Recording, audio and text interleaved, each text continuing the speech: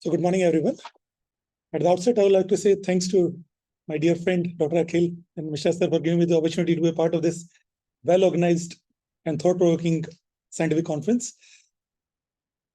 So we'll be discussing today about urothelial cancers. Getting advanced cancer diagnosis and going through its treatment, it's not only devastating for the patients, it's actually devastating for the entire family. The challenges which this patient faces, they are not only physical, they are emotional, they are psychological, they are spiritual, and above all, they are financial. In last 1 decade, we have seen a lot of new things which have come in the management of urothelial cancers. Urothelial cancers used to be considered as one of the lethal cancer because majority of patients will not be able to cross 1.5 to 2 years, no matter what we give. But over a period of time, by correct sequences of therapies, over a period of time, we have come to know that this cancer can be treated in the best possible way if we use the treatment modalities in the correct sequence. As far as the burden of disease in India, it is the 6th highest incidence of in entire bladder cancer in the world. And it is the 17th leading cause of cancer in India as a bladder cancer. And bladder cancer is a leading cause of death in India. The biggest problem with bladder cancer is the majority of the patients are diagnosed in advanced stages. When the intent of treatment is non-curative, they have to live with the disease and they have to live with the treatment. Bladder cancer stages at the diagnosis in US and India, if we compare, the majority of the patients will be having a localized stage in 34% of the patient in US, 7% of the patient will be having a regional, 5% of the patient will be having distant, and unstaged will be 3%. What about in India? In bladder cancer stages at diagnosis in India, percentage is that MIBC, the known muscle invasive bladder cancer, will be 47% of the patients. 36% of the patient will be muscle invasive bladder cancer and locally advanced. 17% of the patients will be metastatic to begin with. The trends in age-adjusted incidence rate, bladder cancer in India, Tata Memorial Hospital, the data is published, and the Indian figures differ from Western literature in 2 major aspects. The incidence of smoking among Indian males and females is much more prominent, that is 74% vis-a-vis 22% than in the West. The incidence of bladder cancer per se is much more predominant in Indian males. The ratio is 8.9 versus 1. And then in West is 4:3. So that is what we have to remember as far as bladder cancer incidence and the pattern in India. Patient with locally advanced metastatic bladder cancer carries a dismal outcome and poor outcome. 5-year survival rate for the stage 4 bladder cancer is less than 8%. That means what? Out of 10 patients, only less than 1 will be able to cross 5 years. And metastatic relapse after cystectomy is very, very common. 50% of the patients have relapse after cystectomy, and 70 to 90% of the patients relapse with a distant metastatic disease over a period of time. The EAU 2022 guidelines for the use of cisplatin and carboplatin in platinum eligible patients. So there's a criteria which all of us follow for cisplatin eligibility. The patients who are having a ECOG performance status of 0 or 1, the NYHA heart failure class less than 3, the GFR of greater than 50 to 60, in between 50 to 60 ml per minute, the audiometry hearing loss of less than grade 2, and the peripheral neuropathy of less than grade 2. These patients, if they are falling into this category, they are cisplatin eligible. For carboplatin eligibility, the performance status 2 also you can give carboplatin, and the GFR is 30 to 60, not fulfilling the other criteria, and you can adjust based on the AUC, area under the curve. Why most patients with advanced urothelial cancers who receive first-line platinum-based chemotherapy, they progress. Over a period of time, we have seen that in randomized trial, multiple randomized trials, up to 80% of the disease control with first-line platinum-containing chemotherapy in patients with locally advanced metastatic disease. So majority of patients, we are trying to give platinum. If the patients are platinum eligible, we have to see whether they are cisplatin eligible or not.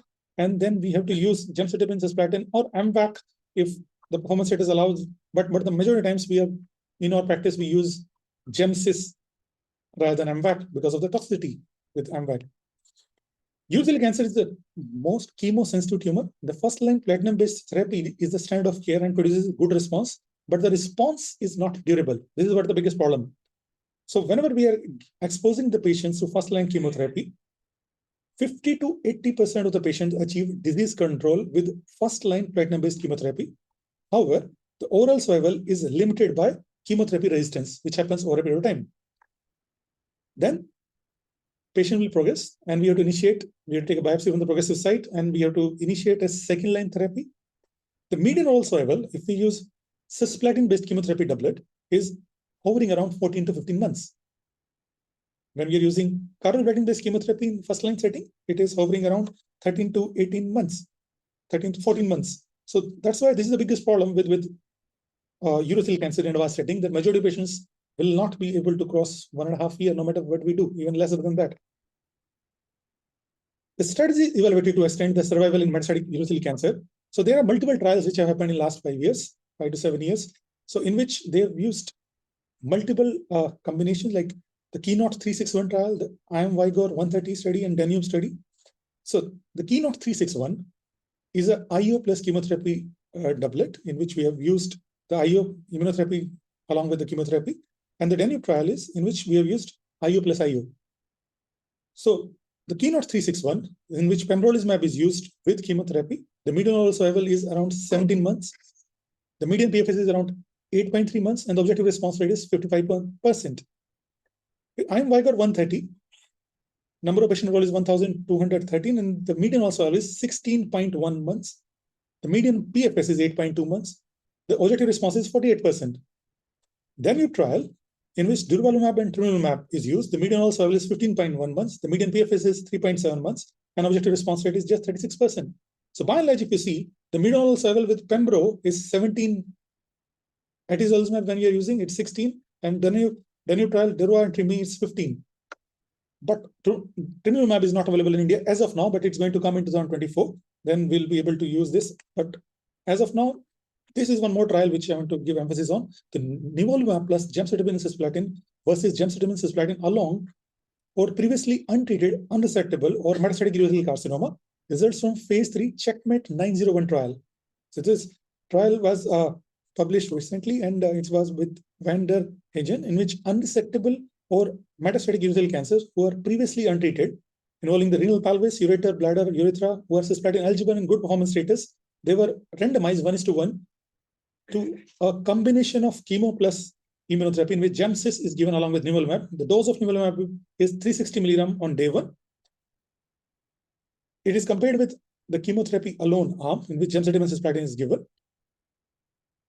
Later on, when the patient is responding to that, then we can use it as a monotherapy with nivolumab. The dose in monotherapy, when we are using it maintenance, is 480 milligram Q4 weekly till progression on acceptable toxicity or withdrawal or less than 24 months. The primary endpoint of this trial was overall survival, progression-free survival by blinded independent central review. The key secondary endpoints were overall survival, the PFS by PD-L1 greater than or equal to 1%, and health-related quality of life. And exploratory endpoints were objective response rate by blinded independent central review and safety. The median overall survival, as you can see clearly, with Neo plus gemcitabine is 21.7 months. The hazard ratio is 0.78. We know that lesser the hazard ratio, better is the experimental arm. The median PFS is 7.9 months, and hazard ratio is 0.72. It is clinically significant and statistically significant too. The nivolumab plus gemcis versus gemcis alone for previously untreated, unresectable, or metastatic urothelial carcinoma results from this study. The CR rate is 21.7 with Neo plus gemcis. The PR is 35.9. Stable disease is 25.3. The progression is just 9.5. The author's conclusion is that Neo plus gemcitabine-based combination demonstrated statistically significant and clinically meaningful improvement in the overall survival and the progression-free survival versus gemcitabine alone as first-line treatment of unresectable advanced metastatic urothelial carcinoma. The objective response rates and the CR rates were notably higher with Nivo plus Gem, and the concurrent immunotherapy and chemotherapy combinations was associated with deep and durable responses. The combination of Neo plus gemcitabine doublet resulted in no new safety signals, and the safety profile was consistent with the established safety of other agents in the prior urothelial trials. The health-related quality of life was maintained with the addition of Neo or gemcitabine, and the Neo gemcitabine is the first-line concurrent chemo plus immune checkpoint inhibitors combination to improve the overall survival in this setting. with results supporting the nivolumab plus cisplatin-based chemotherapy as a new standard of care for patients with unresectable or metastatic urothelial carcinoma. The Javelin 100 trial, we all know that this trial was a switch maintenance. The phase 3 trial demonstrated significant overall survival in urothelial carcinoma maintenance.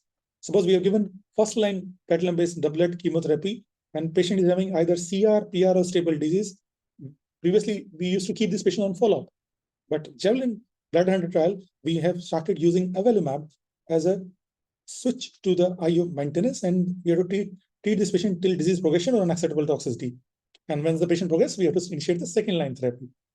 So Javelin Bladder is a phase 3 trial, and avelumab is used, which have shown a median overall survival benefit as compared to no maintenance. And there are other trials also, but there was no benefit, like GO 14-182 phase 2 trial. So in NCCN 2023 guidelines also, for those patients who are cisplatin eligible, obviously we can use either of these combination like GemCis or TD-MVAC, which majority times we are not using until the patient is young and fit. Followed by avelumab maintenance, this is a category 1 recommendation. For cisplatin ineligible, we can use pembrolizumab plus EV, we call it enfortumab vedotin, or gem carbo followed by avelumab maintenance is category 1 recommendation, and pembrolizumab around for the treatment of patients with locally advanced or metastatic urothelial carcinoma who are not eligible for platinum-based chemotherapy. The rationale for using avelumab maintenance in metastatic urothelial carcinoma is that chemotherapy decreases the tumor burden to achieve disease control and increase the immunogenicity of the tumor microenvironment. And avelumab immunotherapy is more effective in patients with reduced tumor burden and high mutation burden like urothelial carcinoma. The cytotoxic immunogenic effects of the platinum-based chemotherapy provide the opportunity to enhance the clinical efficacy with immune checkpoint inhibitor maintenance therapy. So this is a trial schema. I think all of us know this. The patients, we have to give the induction chemotherapy in unresectable locally advanced metastatic urothelial carcinoma who is having a measurable disease, stage 4. We have given them avelumab maintenance. We have to check with the patients who have got a CR, PR, or stable disease. If the patient is progressing, obviously we cannot use this. And number of patients enrolled in this trial was 700. The avelumab was given at the dose of 10 mg per kg body weight Q2 weekly. The number of patients were 350 in this. The median survival was overall survival, and the median, the primary analysis population was all randomized patients in the PD-L1 positive subset. The key secondary endpoints was PFS, objective response rate, the time to response, the duration of response, disease control, safety, tolerability, and patient-related outcomes. Baseline statistics were matched. The median age was 68. The majority of patients were males. They were in excellent performance status. Location of the metastasis, like the non-visceral mets was in 45% of the patients, and visceral mets was in 55% of the patients.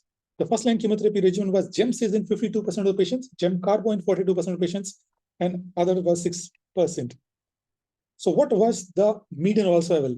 The median overall survival was 23.8 months when you use avelumab maintenance with best supportive care, and it's compared to 15 months when best supportive care was used. And hazard ratio was statistically significant, that is 0.76. So in overall population, the risk of death was reduced by 24% in avelumab arm, which is significant, and 50% of the patients in the avelumab arm were still alive at 2 years. That is quite significant. So nearly 47 patients were able to cross 6 months, and 24 months, 50% of the patients, that is out of 2, 1 patient is able to cross 24 months. That's a big landmark as far as urothelial cancer in advanced setting is concerned.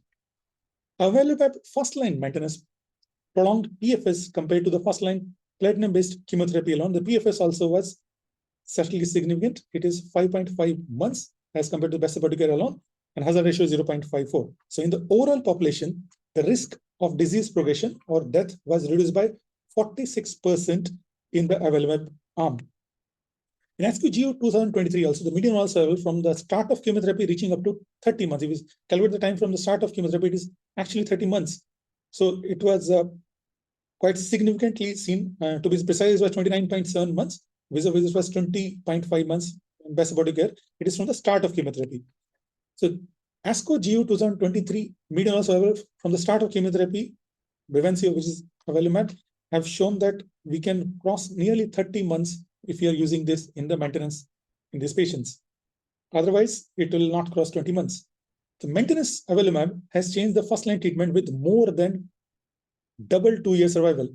As you can see, from 1992 to 2022, now 20% of patients who used to able to cross 24 months in 1992, now Because of this, 50% of patients are able to cross 2 years when we are using this. As you can see in the first plot, the majority of the dots are on the right side of line of unity, favoring the experimental arm. So overall survival was longer with avelumab with best supportive care versus best supportive care alone across all pre-specified endpoint. No matter what is the performance status, whether you're given GEM-CIS, GEM-CARBO, or the combination with the PD-L1 is positive or negative, although quantum magnitude will vary, but majority of them is on the right, all the diamonds are on the right side of line of unity, favoring the experimental arm. The avelumab first-line maintenance prolongs overall survival while maintaining the overall quality of life. So ultimately, in advanced setting, we want our patients to live longer and live better. And avelumab is the way out in which the patients are having extended survival and extended well-being. The Asian subgroup represents 21% of the overall population in Javelin Bladder 100 trial. And these patients have fared well. So majority of patients, the Asian patients are also there in this. 147 patients were there in this subgroup, and they have done well in the real world studies also. The Asian patients showed a similar median overall survival benefit as that of overall population. The 61% of the Asian patients were alive at 2 years and more than 10 months of median overall survival benefit over the non-avelumab maintenance patients. And there is a 3 times higher PFS compared to non-avelumab maintenance patients, especially in Asian. The long-term safety of avelumab in first-line maintenance has been demonstrated. No new safety signals, although side effects are there, but they are like same as any immuno-oncology drug. Major patients are managed with a tapering dose of steroid. If at all, they are grade 1 and grade 2. Avelumab first-line maintenance for advanced urothelial cancer results from patients with greater than 12 months of treatment with Javelin Bladder 100 trial. So all eligible patients can become a long-term responder to avelumab, and 33.7% of the randomized patients in the avelumab arm received greater than 1 year of treatment. The baseline characteristics of the patients who received greater than 1 year of treatment were generally similar to those patients in the overall avelumab arm. The result supports that all eligible patients should receive maintenance therapy as they can potentially benefit from the extended survival of greater than 50 months seen in the subgroup of long-term responders. So there are some real-world studies also. The first RWD confirmed the efficacy and safety of Bavencio in first-line maintenance in clinical practice. The median overall survival is 20.7 months and median PFS is 5.7 months. The overall survival at 1 year is 36.9 and overall survival at 1 year was 66.9 when we used avelumab. Oral survival in PFS was prolonged in the avelumab plus best supportive care versus best supportive care alone arm in older age subgroup patients. The patients are living longer and living better. Even the patients who are elder, they have demonstrated a better outcome in those patients. So now we are moving towards ADC plus IO data, in which antibody drug conjugate have changed the management of these patients. The EV, enfortumab vedotin 302 and Keynote A39, the open label randomized phase 3 study of enfortumab vedotin in combination with pembrolizumab versus chemotherapy in previously untreated locally advanced or metastatic urothelial cancers. So in which all the patients who are having locally advanced, untreated, or metastatic urothelial cancers, number of patients enrolled were 886. They were eligible for platinum-based chemotherapy, enfortumab vedotin, and pembrolizumab. PD-1 and PD-1 inhibitor naive patients were taken into consideration who are having a good performance status and GFR greater than or equal to 30 ml per minute.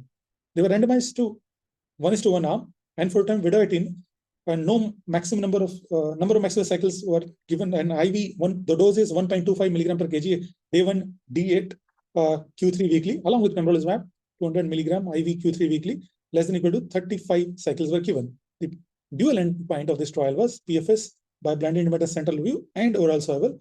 And the key secondary endpoints was objective response rate by RECIST 1.1.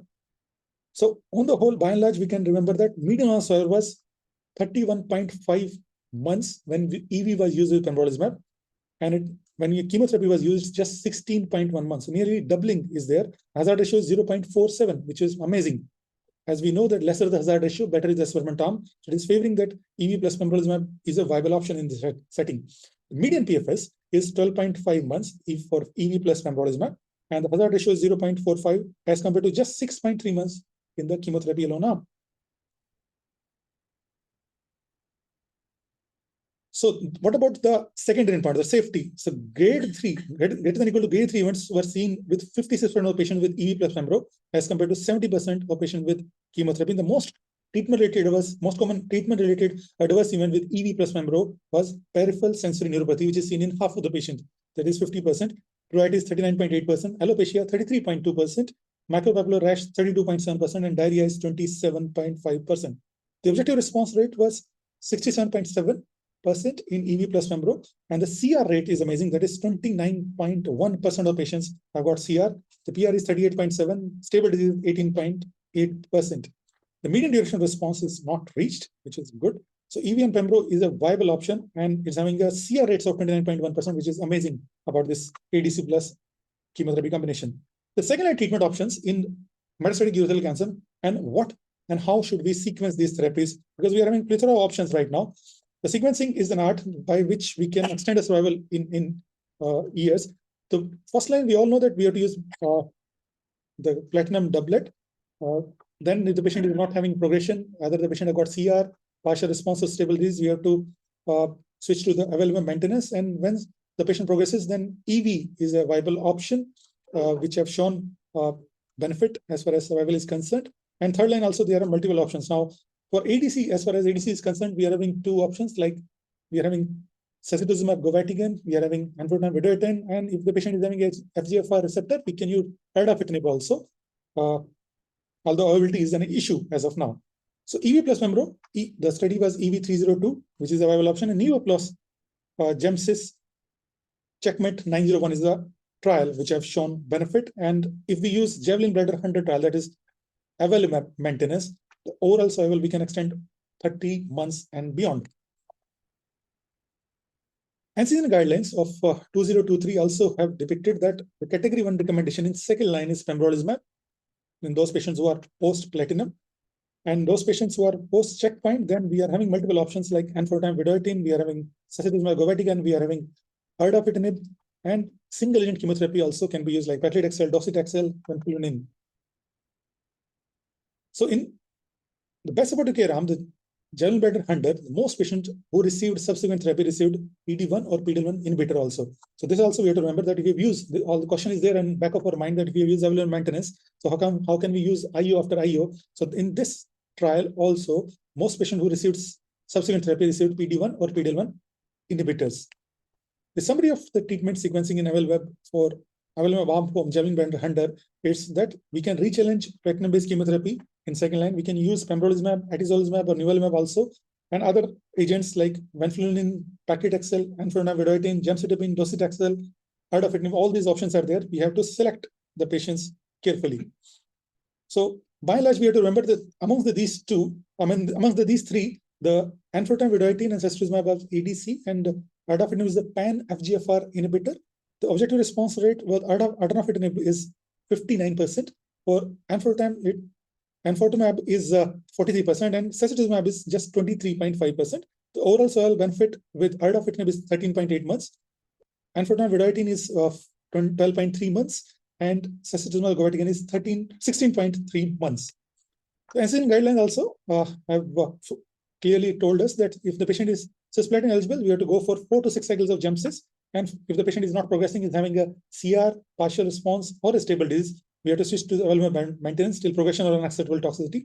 For those patients who are cisplatin ineligible, so Gem Carbo we can be used followed by avelumab maintenance. And those patients who are platinum ineligible, we can use pembro single agent. Based on the Glasky criteria and Gupta's criteria, we all know about this, and we have to take the decision judicially. So by and large, the most important thing we have to remember, the Javelin Bladder 100 trial yielded a better median overall survival for any phase 3 trial in patients with locally advanced or metastatic urothelial cancer. And the overall survival benefit is extended over 30 months if we use that as a maintenance setting. And those patients, if we are using other IO chemotherapy combination upfront, the overall survival rarely crosses 1.5 years. So most important thing we should remember is the overall survival from the start of chemotherapy is 30 months when you're using avelumab. The overall survival is 30 months, and the quality of life is much, much better without any tolerance issues or symptoms which are bothering these patients. So ultimately, we have to remember that these patients, we have to make sure that they should live longer and live better. And we have to make sure that in stage 4 setting, remember the dictum in oncology is cure sometimes, treat often, and comfort always. Thank you. Thank you very much. Thank you, sir, for that comprehensive update. We may have a couple of questions from the audience.